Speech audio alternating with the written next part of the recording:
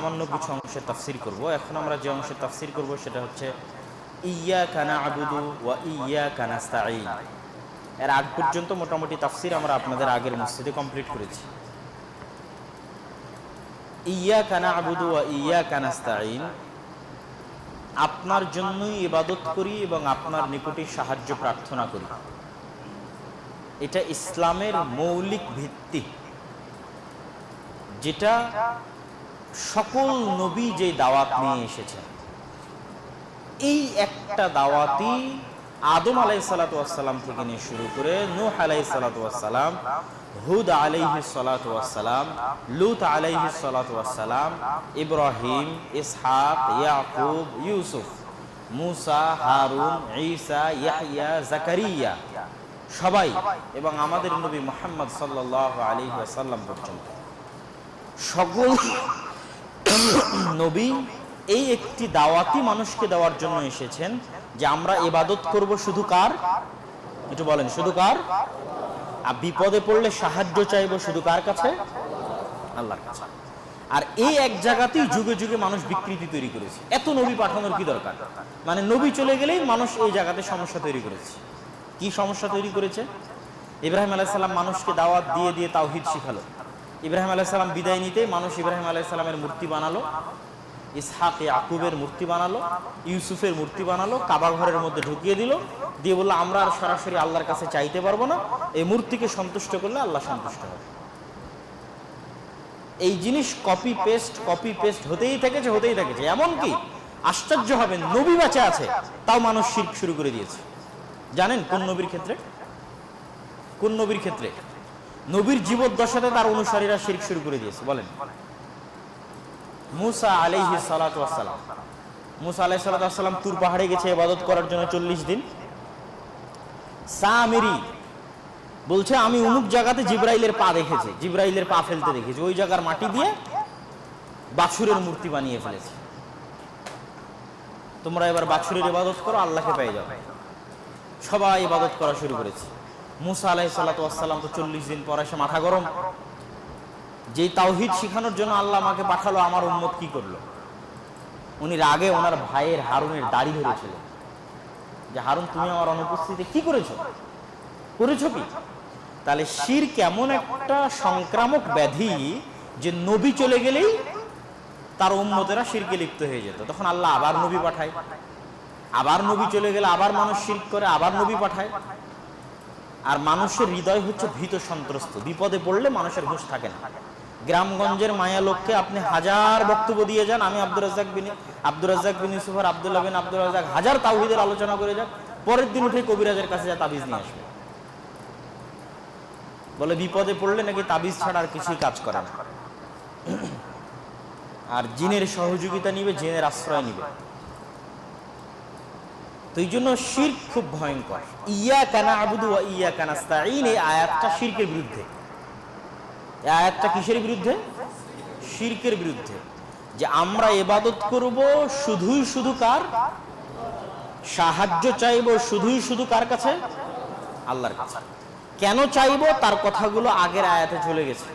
আলহামদুলিল্লাহি রাব্বিল আলামিন আর রহমানির রহিম মালিক ইয়াউমিদ্দিন। কেন? আগের আয়াতে উত্তর চলে গেছে। আরে যে রব্বুল আলামিন, তারই তো ইবাদত করতে হবে। যে রব্বুল আলামিন, বিপদে পড়লে তো তার কাছেই চাইতে হবে। যিনি আর রহমান, যিনি আর রহিম, তারই তো ইবাদত করতে হবে। যিনি দয়ালু, তার কাছেই তো চাইতে হবে। মালিক ইয়াউমিদ্দিন, যিনি বিচারের দিনে বিচার করবেন, বিচার দিবসের মালিক হবেন, ইবাদত কার করা উচিত? তারই করা উচিত। সাহায্য কার চাওয়া উচিত? তারই চাওয়া উচিত। তুমি যাদের সাহায্য চাচ্ছ, যেই জিন, যেই পীর, যেই মুরিদ, যেই বাবা, যেই কবর, যেই তাবিজ, যেই কবজ, যেই ঝাড়, যেই ফুক, এরা কেউ কি রব্বুল আলামিন? কথা বলেন, এরা কেউ কি রব্বুল আলামিন? রব্বুল আলামিন মানে কি? যে হিন্দু, বৌদ্ধ, ইহুদি, খ্রিস্টান, মুসলিম, নন মুসলিম, পশু পাখি, কীট পতঙ্গ, পাখপাখালি সবাইকে লালন পালন করে, সবার রিজিকের ব্যবস্থা করে, সবার জীবন মৃত্যুর মালিক, তিনি রব্বুল আলামিন। এরা তো একটা মাসিও সৃষ্টি করতে পারবে না। তাহলে আমি যার সাহায্য চাচ্ছি, যার ইবাদত করছি, তিনি কি রহমানুর রহিম? কথা বলতে হবে, তিনি কি রহমানুর রহিম? না, মানে অন্য মানুষেরা। আমি যার সাহায্য চাইবে ইবাদত করব তিনি কি মালিক ইয়াউমিদ্দিন? না। তাহলে যিনি মালিক ইয়াউমিদ্দিন, যিনি রব্বুল আলামিন, যিনি রহমানুর রহিম, ইবাদত একমাত্র তার করতে হবে। ইয়্যাকা না'বুদু ওয়া ইয়্যাকা নাস্তাঈন, সাহায্য একমাত্র তার নিকটে চাইতে হবে। সহজ এবং সিম্পল ইসলামের দিক নির্দেশনা। এবং এই জায়গাতে ইসলামের দৃষ্টিতে পৃথিবীর সকল মানুষ সমান। কে ব্রাহ্মণ, কে শূদ্র, কে বৈশ্য, কে ক্ষত্রিয়, কে ডোম, কে চামার, কে মেথর, কার গায়ের রং সাদা, কার গায়ের রং কালো, কে কোন বংশে, কে রিক্সা চালক, কে সুদখোর, কে ঘুষখোর, কোনো পার্থক্য আছে আল্লাহর কাছে? উদউনি আস্তাজিব লাকুম, পৃথিবীর যে যেখান থেকে আল্লাহকে ডাকবে আল্লাহ সবার কথা সমানভাবে শুনবে। এই জন্য ইয়্যাকা না'বুদু ওয়া ইয়্যাকা নাস্তাঈন, তোমার আল্লাহ আর পীরের আল্লাহ সমান না এক না আলাদা?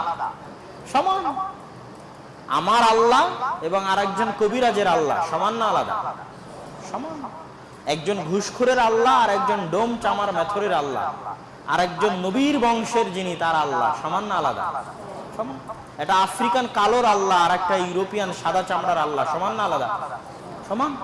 তাহলে আল্লাহর সকল সৃষ্টিজীব যখন আল্লাহর সমান এবং সবাই যখন আল্লাহর কাছে একসাথে চাইতে পারবে এবং ডাকতে পারবে, এবং চাওয়া এবং ডাকার জন্য কোনো লিঙ্ক, ওয়াস্তা, ভায়া, মাধ্যম নাই, এটাই ইসলামের মূল কথা, তখন কি দোয়া করানোর জন্য হুজুর ভাড়া করা লাগবে? কথা বলেন, অ্যান্সার দেন। যখন আপনি ইসলামের এই সিম্পল জিনিসটা বুঝে যাবেন, একদম সহজ কথা যেটা বুঝানোর জন্য সব নবী রাসূল আসছে, তখন কি আর দোয়া করানোর জন্য হুজুর ভাড়া করা লাগবে? না আপনি নিজেই দোয়া করতে পারবেন? বলেন, কথা বলতে হবে। আপনি নিজেই দোয়া করতে পারবেন না হুজুর লাগবে? একটু কথা বলতে হবে। আপনি নিজেই পারবেন না পারবেন না? নিজেই পারবেন। এবং আপনার দোয়ার মধ্যে আর হুজুরের দোয়ার মধ্যে এরকম কোন ক্যাটাগরি আছে নাকি আল্লাহর কাছে যে হুজুরে দোয়া করলে কাজে লাগবে আর আপনি দোয়া করলে কাজে লাগবে না? এরকম কোন ক্যাটাগরি না। বরং আপনার নিজের জন্য আপনি আল্লাহর কাছে বেশি ভালো চাইতে পারবেন। আর এই জায়গাতেই যুগে যুগে মানুষ বিজনেস তৈরি করেছে আল্লাহর এই একটা আয়াতের বিরুদ্ধে গিয়ে। ইয়্যাকা না'বুদু ওয়া ইয়্যাকা নাস্তাঈন, এই আয়াতের বিরুদ্ধে গিয়ে মানুষ কি তৈরি করেছে? বিজনেস, ব্যবসা।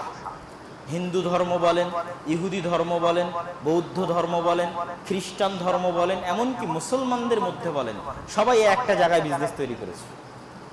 খ্রিস্টানদের কাছে যাবেন, এরা বলবেন বাপরে বাপ, তোমার সকল গুনাহ নিয়ে ঈসা আলাইহিস সালাম মারা গেছে, তোমাকে আল্লাহর কাছে কিছু চাওয়া লাগবে না, তুমি ঈসা আলাইহিস সালামকে সন্তুষ্ট করো, উনি তোমার পক্ষ হয়ে সবকিছু করে দিবে।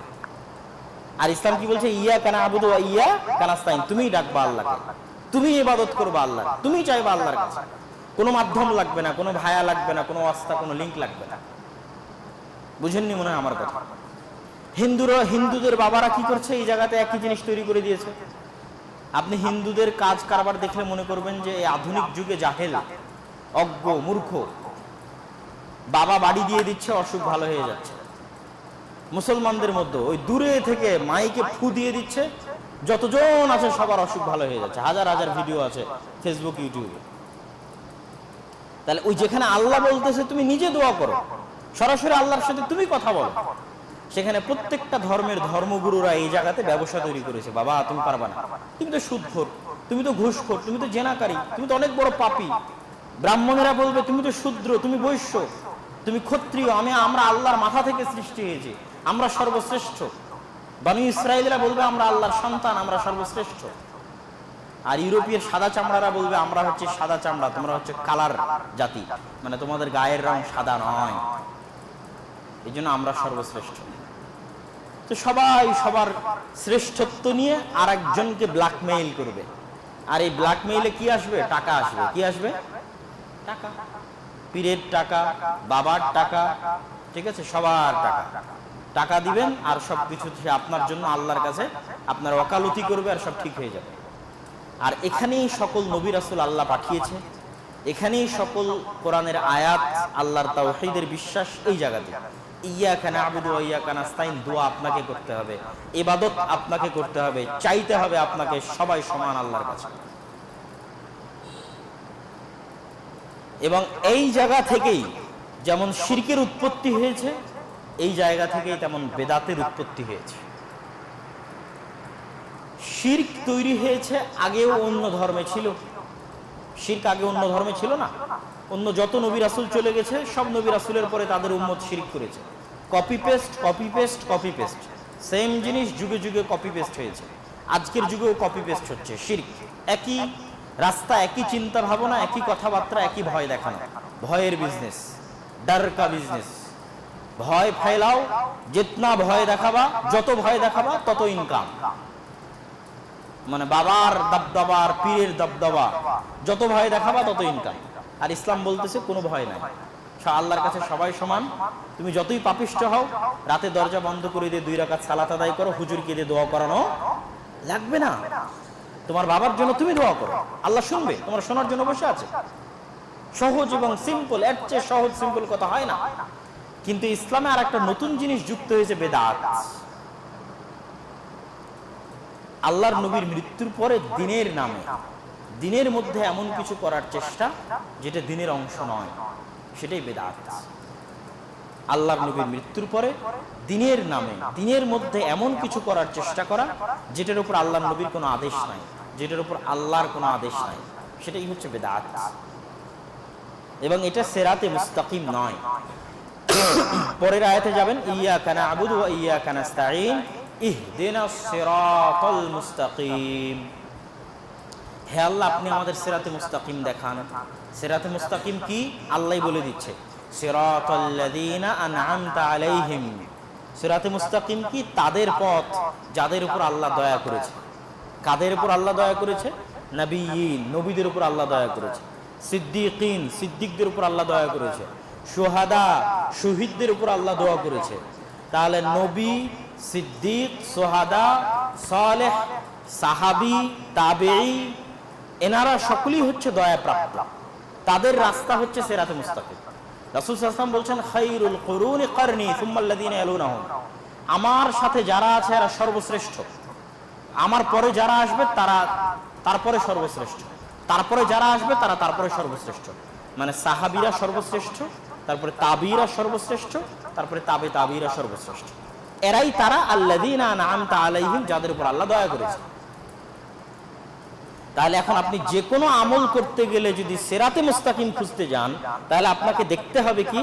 সিরাতাল লাযীনা আন'আমতা আলাইহিম, যাদের উপর আল্লাহ দয়া করেছে তারা করেছে কিনা, তাহলে তো সিরাতে মুস্তাকিম পাবেন। ইহদিনাস সিরাতাল মুস্তাকিম, হে আল্লাহ সিরাতে মুস্তাকিম দেখান। সিরাতে মুস্তাকিম কি? সিরাতাল লাযীনা আন'আমতা আলাইহিম, যাদের উপর আল্লাহ দয়া করেছে তাদের রাস্তা। কাদের উপর আল্লাহ দয়া করেছে আল্লাহ বলে দিয়েছে। নবীদের উপর আল্লাহ দয়া করেছে, সাহাবীদের উপর আল্লাহ দয়া করেছে, তাবে তাবীদের উপর আল্লাহ দয়া করেছে। এখন আপনি একটা ইবাদত করতে যাবেন, তবে সিরাতে মুস্তাকিম কিনা এটা জানার সহজ উপায় কি? বলেন না যে সহজ উপায় কি? আপনি একটা কাজ করবেন, এটা সিরাতে মুস্তাকিম কিনা এটা জানার সহজ উপায় কি? যাদের উপর আল্লাহ দয়া করেছে তারা এই কাজটা করেছে কিনা। সহজ আনসার না?